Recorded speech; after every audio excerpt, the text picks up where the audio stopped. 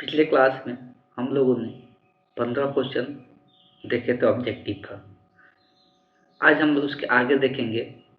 तो आज का 16 नंबर क्वेश्चन बोला जा रहा है कि किसी पदार्थ के पराविद्युत नियतांक हमेशा कितना होता है। तो कुछ कुछ नाम जो आएगा उस नाम को ध्यान में रखना है कि इसको क्या बोलते हैं। अब अगर इसका बात करेंगे तो पराविद्युतांक हम लोग सिंपल बोल सकते हैं। जो ई आर का मान होता है, ई आर का मान, ई आर क्या होता है तो हम लोग पढ़ चुके हैं कि एप्सिलॉन को हम लोग क्या कहते हैं, पराविद्युतकता कहते हैं। ठीक इसी को पराविद्युत नियतांक कहते हैं जब ये सापेक्ष किसी के सापेक्ष निकाला जाता है। और इसका मान हम लोग पहले ही जानते हैं कि एप्सिलॉन बटे एप्सिलॉन नॉट के क्या होता है, बराबर होता है।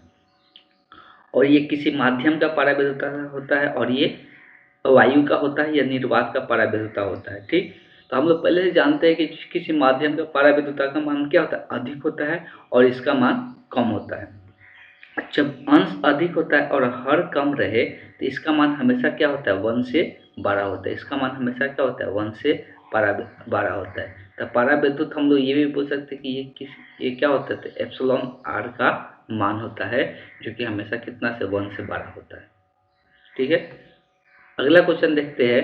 तो प्रभावी धारिता 5 माइक्रोफैराड प्राप्त करने के लिए बोल रहा है कितना 2 माइक्रोफैराड के कम से कम संधारित्र को यूज किया जाए कि हम लोग धारिता कितना प्राप्त हो जाए, 5 माइक्रोफैराड प्राप्त हो जाए। हमको 5 माइक्रोफैराड लाना है। हम मेरे पास क्या है कि बहुत सारे धारिता रखा हुआ है, सबका मान कितना है, 2 माइक्रोफैराड। इसका भी मान कितना है, 2 माइक्रोफैराड। इसका भी मान कितना है, बहुत सारे रखा हुआ है, 2 माइक्रोफैराड। इसका भी मान कितना है, 2 माइक्रोफैराड। मान लो कि एक हम लैब में है और ये मेरे पास बहुत सारे 2 माइक्रोफैराड का क्या है, संधारित्र रखा हुआ है। क्वेश्चन में बोल रहा है कि हम यही 2 माइक्रोफैराड कितना यूज करें कि हम मेरे पास 5 माइक्रोफैराड का संधारित्र प्राप्त हो जाए। देखिए मेरे पास जोड़ने के लिए इसको 2 क्रम जानते हैं, एक समांतर क्रम है और एक श्रेणी क्रम है। एक समांतर क्रम है और एक श्रेणी क्रम है। तो कोई सोचेगा चलो 2 ले लेते हैं, तो 2 वो लेंगे तो अगर 2 को लेकर हम लोग पता है कि इसका संधारित्र का मान बढ़ता कब है, जब हम लोग किस क्रम में जोड़ते हैं, समांतर क्रम में। और समांतर क्रम में डायरेक्ट जुड़ जाते हैं तो 2 प्लस 2 कितना हो जाएगा, 4 हो जाएगा। 5 आ पाएगा क्या, अगर 3 लेते हैं तो 2 प्लस 2 प्लस 2 कितना हो जाएगा, 6 हो जाएगा। लेकिन आंसर लाना कितना है, 5 लाना है। अगर 3 संधारित्र को समांतर क्रम में जोड़ देते हैं तो उसका तुल्य धारिता का जो माना जाएगा 6 आ जाएगा, लेकिन लाना है 5।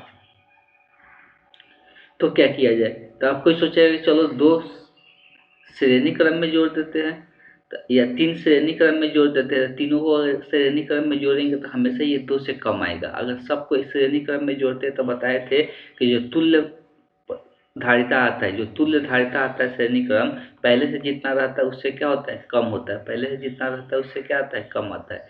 तो ऐसे भी नहीं आ सकता है।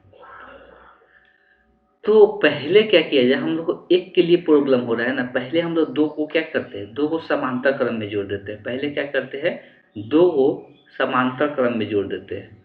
ऐसे 2 संधारित्र का धारिता वाला को पहले समांतर क्रम में जोड़ देते हैं। अब हमको पता है कि इसका जो तुल्य होगा, ये भी 2 माइक्रोफैराड है, ये भी 2 माइक्रोफैराड है। ठीक, इसका तुल्य निकालने में डायरेक्ट आता है कितना, 4।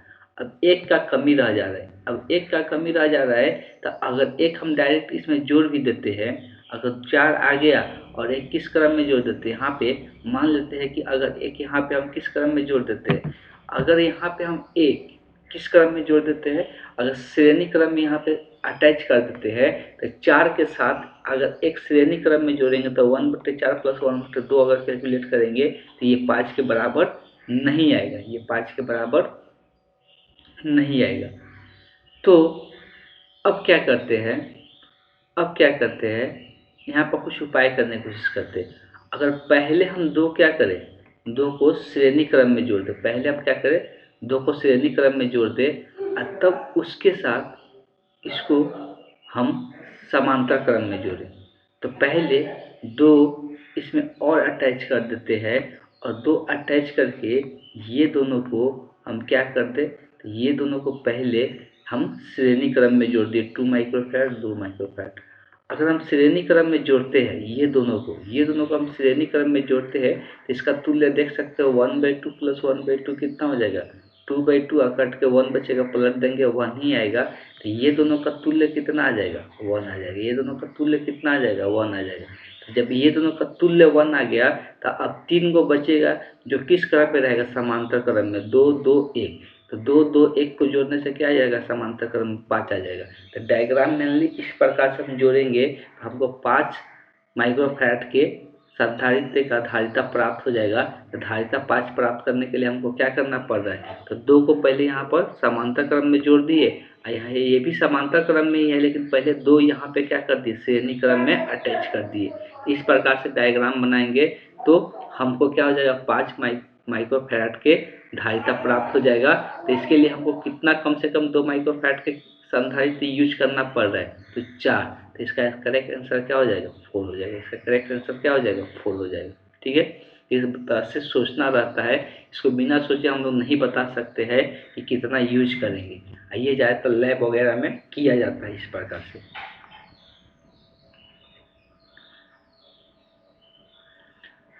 चलिए आगे आते हैं जो कि वेरी वेरी इंपॉर्टेंट क्वेश्चन है।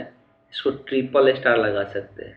हर एक साल पूछा जाता है ऑब्जेक्टिव क्वेश्चन, हर एक साल पूछा जाता है इसको ऑब्जेक्टिव क्वेश्चन। कभी कभी सब्जेक्टिव में भी देखने को मिल जाता है, इसलिए इसको डिटेल में समझेंगे। एक शॉर्ट तरीका से भी समझेंगे कि इसका मान कैसे तुरंत निकाल लें। ठीक है, थोड़ा सा पढ़ के समझने की कोशिश करना है। बात किया जा रहा है कि कितना 64 समरूप बूंदे। देखो जब ये बूंदे का बात करेगा ना तो उसका आकृति कैसा होता है गोलाकार होता है, तो गोले का आकृति का होता है। जब भी बूंदे का बात करें तो बूंदे का आकृति कैसा होता है गोलाकार होता है। तो बोला जाए 24 समरूप, समरूप मतलब 24 को समान बूंदे जिसमें प्रत्येक के धारिता कितना है 5 माइक्रोफैराड है। अब 64 को क्या किया जा रहा है मिला दिया जा रहा है। मिलाने से एक 12 बूंद का निर्माण होगा, एक 12 बूंद का एक 12 गोला का निर्माण होगा। तो जो 12 गोला बनेगा ना तो उसका धारिता का मान क्या होगा बताना है। उसके धारिता का मान क्या होगा बताना है। जब भी हम लोग बात करते हैं गोलाकार चीज़ों का तो उसका धारिता का निकालने का एक फार्मूला दिया गया है। उसके धारिता निकालने का फार्मूला दिया गया है C बराबर 4 pi epsilon naught into R दिया गया है। और आर जो होता है वो क्या होता है उस गोले का त्रिज्या होता है। आर जो होता है उस गोले का त्रिज्या होता है। तो यहाँ पर बात को समझेंगे। लोग ये 10 क्लास में भी पढ़ चुके हैं। जब छोटे छोटे बूंद को मिलाकर या कोई भी चीज़ आकृति को दूसरे आकृति को एक दूसरे आकृति में परिवर्तन करते हैं, एक आयतन को एक आयताकनीय आकृति को दूसरे आयतन में परिवर्तन करते हैं, दोनों का आयतन समान होता है।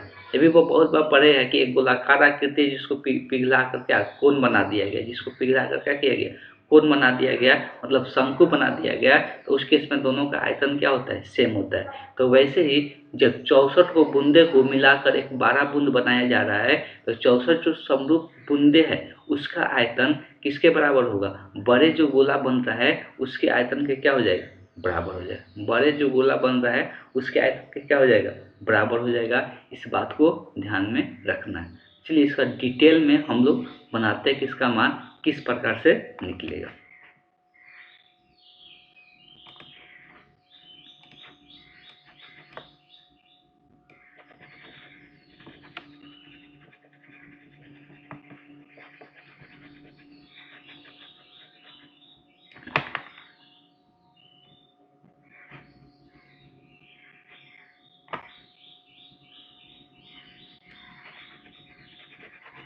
थोड़ा सा वेट कर लीजिए।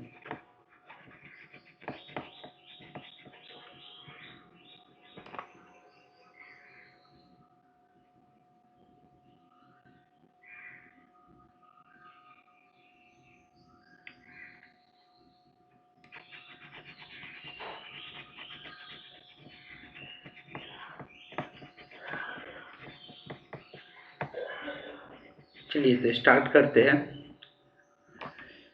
सबसे पहले लिख लेते हैं, पहले तो आयतन दोनों का बराबर करेंगे।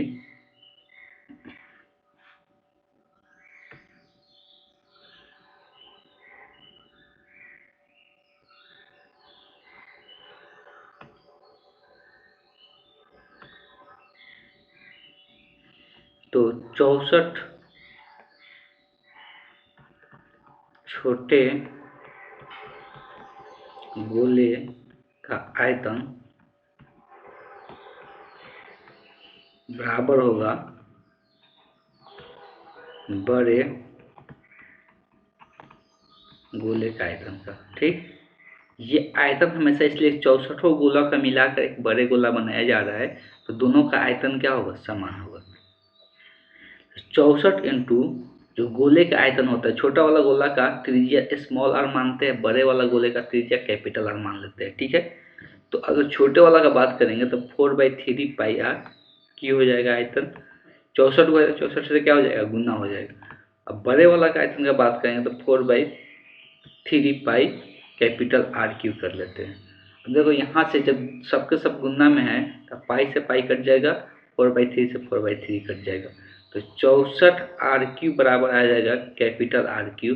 अगर कैपिटल वाला का त्रिज्या निकालना चाहते हैं तो दोनों तरफ क्यूब रूट ले लेंगे, और क्यूब रूट को कैसे दिखाया जाता है, इस प्रकार से 64 आर क्यू। हमको पता है कि 64 को 4 को 3 बार गुना करने से 64 प्राप्त होता है, तो क्यूब रूट से 1 4 क्या हो जाएगा, बाहर निकल जाएगा, और आर का पावर 3 है तो इसका क्यूब रूट क्या हो जाएगा, आर हो जाएगा। तो कैपिटल आर और स्मॉल आर में सबसे पहले हम लोग क्या करते हैं, संबंध निकालते हैं।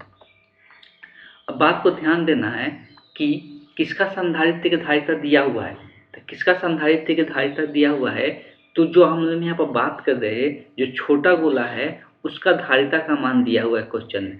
जो छोटा गोला है उसका धारिता का मान 5 माइक्रोफैराड दिया हुआ है। मतलब छोटे गोले का अगर धारिता का फॉर्मूला लिखते हैं तो क्या लिखते हैं, 4πε0 इंटू स्मॉल आर होगा, और इसका मान दिया हुआ है, इसका मान कितने के बराबर दिया हुआ है, 5 के बराबर दिया हुआ है। हमको मान किसका निकालना है, तो इस बात को समझना है, तो हमको निकालना है बड़े वाला का। तो बड़े वाला का हम C2 ले लेते हैं, और C2 का हमको मान निकालना है 4πε0, इसका कितना है, कैपिटल आर है, तो हमको इसका मान निकालना है। तो 4πε0 कैपिटल आर को स्मॉल आर के रूप में चेंज कर दो, तो कैपिटल आर कितने के बराबर है, 4r के बराबर है, तो इसके जगह पर क्या आ जाएगा, 4r। अब यहाँ से क्या करो, 4 को कॉमन कर लो, कॉमन नहीं करो मतलब इस 4 को क्या करो, आगे लिख लो, और बाकी जैसे है वैसे उसको रहने दो। अब यहाँ पर देख सकते हैं जो 4πε0 स्मॉल आर का जो मान है वो कितने के बराबर है, 5 के बराबर है, तो यहाँ से क्या हो जाएगा, 4 गुने 5, और यहाँ से गुना होके ये कितने के बराबर आ जाएगा, तो 20 माइक्रोफैराड के बराबर आ जाएगा। किसका धारिता, तो बड़े गोले का, तो यहाँ पर लिख भी देते हैं,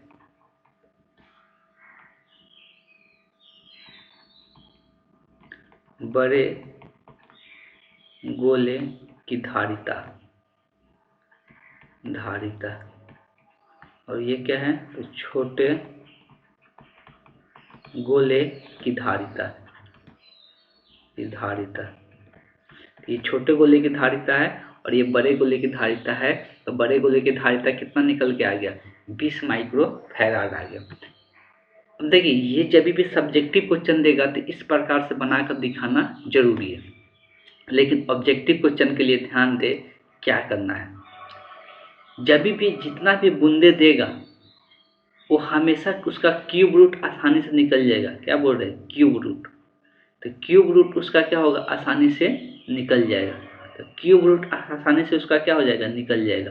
ऐसा देता है कि अब देखो 64 का क्यूब रूट कितना होता है, 4, या तो 125 दे देगा, 125 का क्यूब रूट कितना होगा, 5, या 27 दे देगा, 27 का क्यूब रूट कितना होगा, 3। इस प्रकार से बूंदों की संख्या देता है। तो ध्यान में क्या रखना है, जितना बूंदों की संख्या देगा उसका क्यूब रूट निकाल दो, तो कितना आ जाएगा, 4, और जितना संधारित्र छोटे वाला बूंद का संधारित्र दिया उसको उसमें गुना कर दो, तब बड़े वाला संधारित्र का धारिता निकल जाएगा 20 माइक्रोफैराड। कुछ नहीं करना है, समझ में आ गया। जो भी जितना बूंदों की संख्या दिया रहेगा उसका क्यूब रूट निकाल दो, और जितना संधारित्र इसका दिया रहेगा उससे गुना कर दो, तब बड़े वाला बूंद का क्या निकल जाएगा, संधारित्र का धारिता निकल जाएगा। सिंपल एग्जांपल, अगर बूंदों की संख्या 125 दिया हुआ है और संधारित्र का मान, संधारित्र ध्यान देना है, संधारित्र का मान है माइक्रोफैराड में यहाँ पर लिखा हुआ है, मान लो संधारित्र का मान 2 माइक्रोफैराड दिया हुआ है, तो इसका 125 का क्यूब रूट कितना आ जाएगा, 5, और 2 से इसमें क्या कर दो, गुना कर दो, तो बड़े वाला गोले का संधारित्र का धारिता कितना हो जाएगा, 10 माइक्रो फैराड हो जाएगा। तो इस तरह से कोई भी क्वेश्चन 2 से 3 सेकंड में आंसर उसका बता सकते हैं। उतना लंबा करने की जरूरत नहीं है। उतना लंबा कब हम लोग करेंगे, जब सब्जेक्टिव क्वेश्चन पूछेगा तब। ठीक है, आगे चलते हैं। आगे 19 नंबर क्वेश्चन जो दिया हुआ है, इसमें दिया हुआ है 10 माइक्रोफैराड, इसको भाषा में भी लिख दिया है। 10 माइक्रोफैराड का धारिता है, धारिता वाला एक संधारित्र है जिसका विभवांतर कितना, जिसका वोल्टेज, जिसका विभवांतर कितना दिया है 5 वोल्ट दिया हुआ है। तब उस पर आवेश कितना उत्पन्न होगा, उस आवेश का मान बताना है। तो सिंपल इसका फॉर्मूला है, कोई भी निकाल सकता है। अगर यहाँ पे ही हम इसको बता देते हैं, सब कुछ जितना भी बता है कॉपी में नोट डाउन करना है। जो भी हम न्यूमेरिकल इस क्वेश्चन इसमें डिस्कस कर रहे हैं उसको कॉपी में नोट डाउन करना है, इस बात को ध्यान में रखना है। ठीक, अगर हम यहीं पर बता दें इसको, तो हम लोग जानते हैं फार्मूला कि C बराबर जो फार्मूला होता है कितना होता है, Q/V होता है, Q/V होता है। हमको यहाँ से Q का मान निकालना है, तो Q बराबर क्या होगा, C/V होगा। तो Q बराबर, इसको लिखते जाना है। 19 नंबर ये क्वेश्चन का सोल्यूशन है।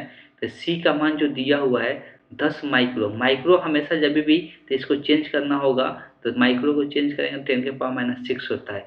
अगर वोल्टेज का बात करेंगे तो वो कितना है 5।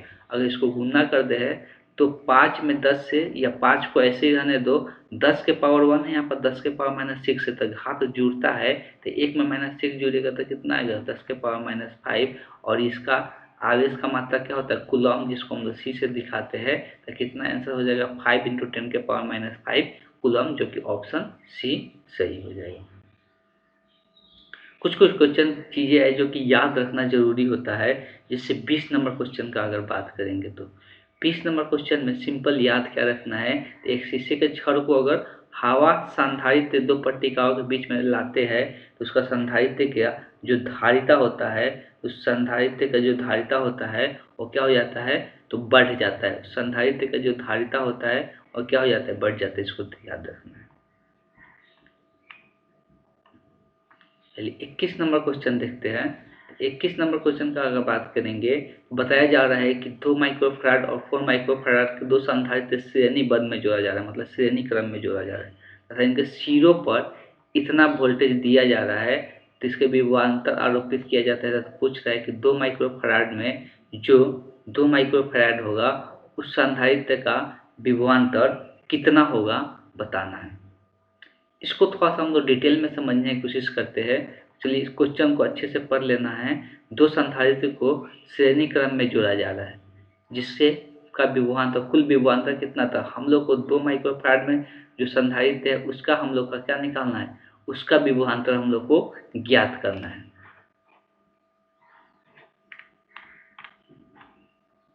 चलिए यहाँ पे बनाते हैं। हम लोग को 2 संधारित्र दिया हुआ है, एक 2 माइक्रोफैराड का और एक 6 माइक्रोफैराड का। इसको श्रेणी क्रम में जोड़कर और इसको एक विभवांतर दे दिया गया है। विभवांतर का मतलब एक बैटरी से जोड़ दिया गया है। और सब एक बार फिर से देख लेते हैं। एक 2 है, एक 4 है। अब विभवांतर कितना दिया हुआ है, तो एक 2 है और एक 4 है। इसका विभवांतर दिया हुआ है 1200। ठीक, तो यहाँ पे जो इसका विभवांतर है वो 1200 वोल्ट है। यहाँ पर 2 माइक्रोफैराड ले लेते हैं, यहाँ पर 4 माइक्रोफैराड है। बोल ये रहा है कि इसके बीच का सिर्फ 2 माइक्रोफैराड, हम लोग पढ़े थे कि जब भी अगर हम लोग श्रेणी क्रम में जोड़ते हैं तो दोनों का विभवांतर अलग अलग होता है। ये जितना भी जोड़ेंगे सबका विभवांतर अलग होगा। तो इसका मान लेते हैं V1 है और इसका मान लेते हैं विभवांतर V2।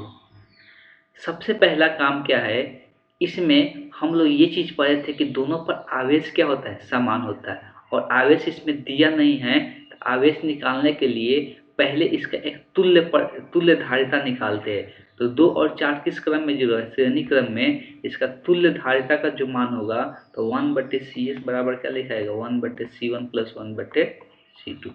तुल्य धारिता निकालेंगे तो 1/CS, 1/C1 का जो मान है 2 है प्लस 1/4। तो 1/CS बराबर, अगर इसको सिंप्लीफाई करते हैं तो इसका LCM 4 आएगा और यहाँ पे ये 2 मरतबे जाएगा और यहाँ पे 1 मरतबे। तो यहाँ से 1/CS का अगर मान देखते हैं तो 1/CS बराबर कितना हो गया, 3/4 हो गया। अब हमको CS का मान निकालना है, तो दोनों तरफ क्या कर दो, पलट दो, तो 4/3 माइक्रोफैराड आ गया। ठीक, अब कुल संधारित्र की धारिता पता है और कुल वोल्टेज पता है, तो हम लोग फार्मूला जानते हैं कि C बराबर जो फार्मूला होता है Q बटे क्या होता है, V होता है। तो अब यहाँ से C को CS लिख सकते हैं, इसलिए कुल हम लोग का संधारित्र की धारिता कितना है, CS है, और कुल आवेश निकालना है, और V का मान कितना है, 1200 है। सबका मान अगर लिखते हैं तो CS का मान है 4/3, और यूनिट के साथ लिखना है, इसको हम माइक्रोफैराड मतलब 10⁻⁻6 होगा, और Q बटे यहाँ पर V का मान है 1200। अगर हम इसको सिंप्लीफाई करते हैं तो 1200 इधर भाग में तो चला जाएगा गुणा में, तो जो Q का मान निकल जाएगा 4/3 इंटू 10⁻⁻6 इंटू 1200। अब अगर बात करेंगे 3 से ये कटेगा, 3 चौका 12। अगर हम यहाँ पे क्या करते हैं, 4 में 4 से गुणा कर दो, कितना आ जाएगा 16, और 100 को 10⁻2 लिख लो इंटू 10⁻⁻6। अगर आवेश का बात करेंगे, इसको सिंप्लीफाई करते हैं तो 16 इंटू 10 के पावर कितना हो जाएगा, -4 कूलम हो जाएगा। तो इतना आवेश आ गया हम लोग के पास। अब हम लोग पता है कि जो भी कुल आवेश आता है तो सब पर आवेश समान मात्रा में क्या होता है, इस पर भी Q होगा और इस पर भी क्या होगा, Q होगा। दोनों पर समान मात्रा में आवेश डिस्ट्रीब्यूट होता है। जब समांतर जब श्रेणी क्रम में जोड़ते हैं तब, जब श्रेणी क्रम में जोड़ते हैं तो दोनों पर जो आवेश का मान होता है वो क्या होता है, समान होता है। तो अब यहाँ पे आवेश ये पता है, ठीक है, यहाँ पे 8 मिनट, यहाँ पे आवेश पता है और यहाँ का संधारित्र की धारिता पता है। तो इस पर हम लोग फार्मूला यूज करेंगे, ये तीनों में संबंध Q, C और V में, और यहाँ से हम लोग क्या करेंगे, V का मान ज्ञात करेंगे। तो यहाँ से हम लोग इसके लिए सिर्फ, ठीक, तो हम यहाँ पे क्या कर रहे हैं, थोड़ा सा स्पेस ले रहे हैं, यहाँ पर ये सॉल्व कर दे रहे हैं। अब देखो इसके लिए C बराबर Q बटे V यूज करेंगे। यहाँ पर विभवांतर V है और इसका संधारित्र की धारिता को C1 लिख लेते हैं। चलिए, तो इसका संधारित्र की धारिता कितना है, 2 माइक्रोफैराड है। 2 माइक्रोफैराड का मतलब क्या हो गया, अब यहाँ पे 2 माइक्रोफैराड है तो ध्यान रखना यहाँ पर भी क्या होगा, 10⁻⁻6 होगा। और Q का मान, तो यहाँ पर Q का मान अभी हम लोग निकाले, 16 इंटू 10 के पावर कितना है, -4 है, और डिवाइडेड बाई में यही V1 का मान निकालना है। तो V1 भाग में इधर आ जाएगा गुणा में, तो V बराबर क्या निकल के आएगा, तो V बराबर इधर चला जाएगा भाग में, 16 इंटू 10 के पावर -4 डिवाइडेड बाई 2 इंटू 10 के पावर -6।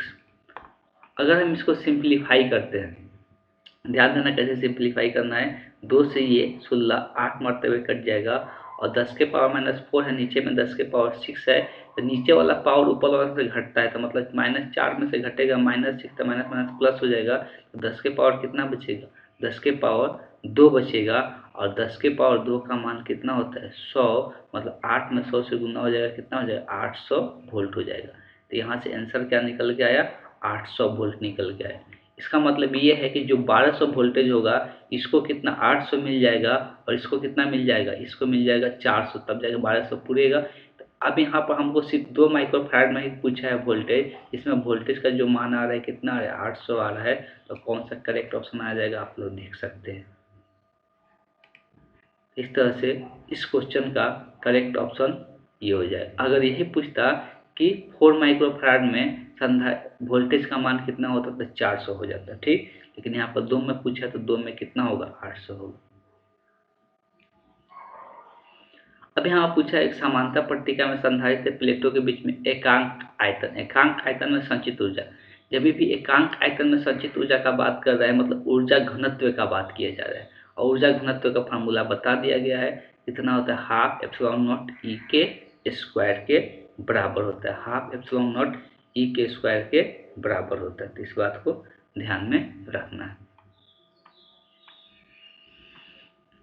ये सब चीज़ें हैं, कुछ चीज़ें याद रखना है। ध्रुवण का जो परिमाण होता है वो 2 चीज़ों पर निर्भर करता है, द्विध्रुव स्थितिज ऊर्जा पर भी और ऊष्मीय प्रभाव पर भी ये निर्भर करता है। तो इसका दोनों ऑप्शन क्या हो जाएगा, करेक्ट हो जाएगा। अच्छा, एक शब्द हम नहीं बताए थे, पारा विद्युत सामर्थ्य, जो पूछता भी नहीं है इसलिए हम इसको नहीं बताए थे, फिर भी यहाँ पे दिया हुआ है, तो इसका ऐसा ही मात्रा का बात किया जा रहा है। पारा विद्युत सामर्थ्य क्या होता है, तो जो विद्युत क्षेत्र का अधिकतम मान जब होता है, विद्युत क्षेत्र का अधिकतम मान पे पहुंचता है तो उसी को हम लोग क्या कहते हैं, पराविद्युत समर्थ कहते हैं। अब विद्युत क्षेत्र का दो मान तक हम लोग पढ़ चुके हैं, एक वोल्ट पर भी क्या पढ़े थे, मीटर पढ़े थे। इस तरह से इसका ऑप्शन कौन सा सही हो जाएगा, सी। इसको भी ध्यान में रखना है, सूक्ष्म वायु में पराविद्युत सामर्थ्य का जो मान होता है वो कितना होता है, 3 × 10⁶ होता है। तो 3 × 10⁶ हो जाएगा, तो इसका मान जो होता है 3 × 10⁶ हो जाएगा। अब इसके बाद जो भी क्वेश्चन है वो बहुत ज़्यादा डिफिकल्ट लेवल दिया हुआ है, जो कभी बोर्ड के एग्जाम में नहीं पूछता है। अदरवाइज इसको भी हम बता देते हैं कि ये कभी आता नहीं है, तो इस पर इतना टाइम देने की ज़रूरत नहीं है। आप लोग का काम क्या करना है कि इसका जो सब्जेक्टिव क्वेश्चन है वो सब सारे क्वेश्चन बना लेना है। तो देखिए, बात को ध्यान से सुनना है। फिजिक्स का अभी इसके बाद का जो क्लास होगा वो आगे क्लास फिजिक्स का ही होने वाला है। फिजिक्स का एक और चैप्टर भी हम लोग पढ़ेंगे, तब जाकर हम लोग फिर केमिस्ट्री पढ़ेंगे। ठीक, तो नेक्स्ट क्लास में हम लोग फिजिक्स का स्टडी करेंगे। तो आज के लिए हम लोग इतना ही रहने देते हैं। अगर इसके सब्जेक्टिव क्वेश्चन में कोई भी किसी प्रकार का डाउट है तो आप लोग बता सकते हैं। ठीक, तो उसको हम लोग एक्सप्लेन कर लेंगे।